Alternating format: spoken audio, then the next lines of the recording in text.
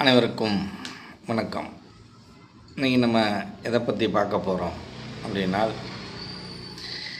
இந்த விருது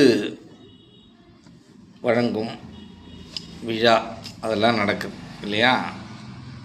இப்போ கூட என்ன பண்ணுறாங்க, இந்த ஞானபீட விருது வைரமுத்துக்கு தரலாமா வேணாமா என்ற சர்ச்சைகள்லாம் நிறைய போயிட்டுருக்கு. அப்படி அந்த சர்ச்சைகளுக்கு என்ன காரணம் அப்படின்னு கேட்டிங்கனால், ஒருவரை ஒருவர் குறை சொல்வது, ஒருவரை ஒருவர் தகுதியற்றவர் தகுதியானவர் என்று பார்ப்பது. இப்போ இந்த தகுதியானவர் எதோட அடிப்படையில் பார்க்கணும் அப்படின்னு கேட்டிங்கன்னா,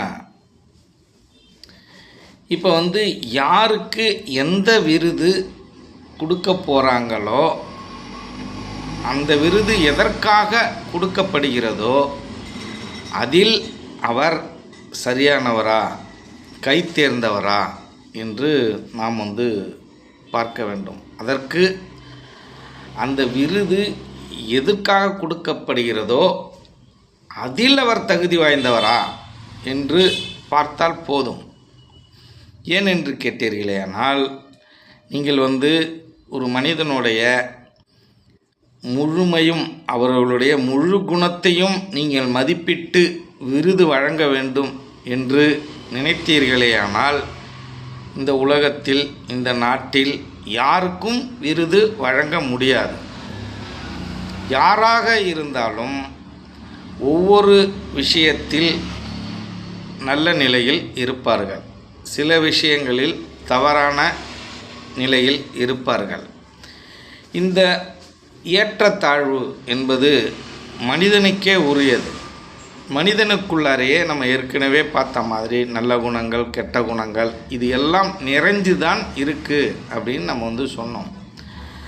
ஆனால் இந்த மக்கள் முன்னேற்றத்தை பற்றி எந்த விதமான அக்கறையும் இல்லாமல் மக்களை எப்படி முன்னேற்றுவது, மக்களுக்கான திட்டங்கள் எப்படி தீட்டி அவர்கள் வாழ்க்கையை மேம்படுத்துவது, அதற்கான விஷயங்களை எல்லாம் ஆராயாமல், அதற்கான திட்டமிடல் எதுவுமே செய்யாமல், எப்போ பார்த்தாலும் விருது வழங்குவது, டான்ஸு கூத்து இப்படியே இருந்ததுன்னா இந்த நாடு எப்படி முன்னேற்றம் அடையும்?